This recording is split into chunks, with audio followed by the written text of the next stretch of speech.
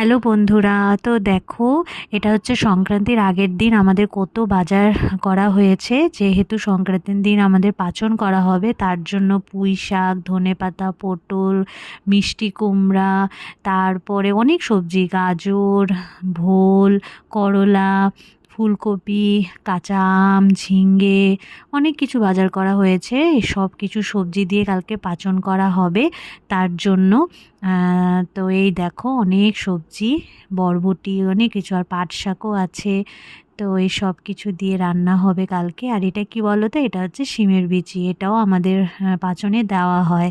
আর অনেক কিছুই দেওয়া হয়, বেত, কাঠঠোস, তারা, এগুলোও দেওয়া হয়। তো এটা হচ্ছে আজকের সংক্রান্তির দিনের, দেখো সবজি কাটা হয়ে গেছে। এখানে আম সেদ্ধ করে নিয়েছি, ছোলার ডাল বানাবো আম দিয়ে। আর এখানে ইঁচড়ও সেদ্ধ করতে বসিয়ে দিয়েছি। আর এইখানে দেখো শিমের বিচি সব সবজি দিয়ে পাচন করছি আর কি। তো আজকের দিনে তো আমাদের এটা খেতেই হয়।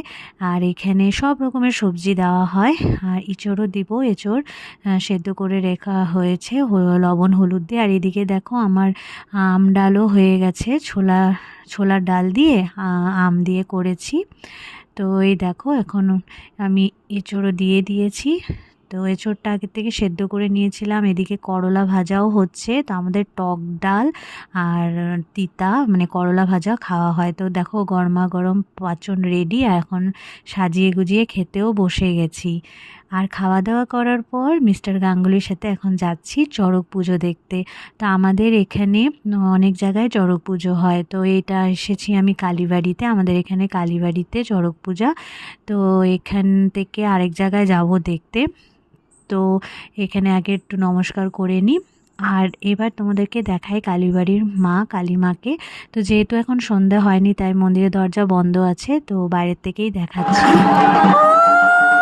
আর এই যে চড়ক পুজো হচ্ছে, এটা হচ্ছে শীতলা বাড়িতে।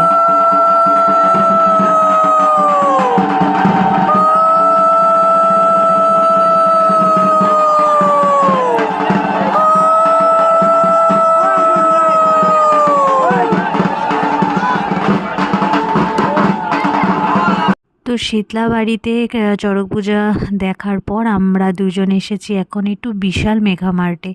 তো প্রচণ্ড ভিড়, তো দেখি কিছু নেওয়া যায় কি না। প্রচণ্ড ভিড়, আজকের দিনে তো ভিড় হবেই, যেহেতু কালকে পয়লা বৈশাখ। তো আমার ভিডিওটা কেমন লাগলো তোমরা সবাই কমেন্ট করে বলো। আর সবাইকে জানাই শুভ নববর্ষের অনেক অনেক প্রীতি ও ভালোবাসা। সবাই সুস্থ থেকো, ভালো থেকো, আর আমার পাশে থেকো, আমাকে সাপোর্ট করো। তো টাটা।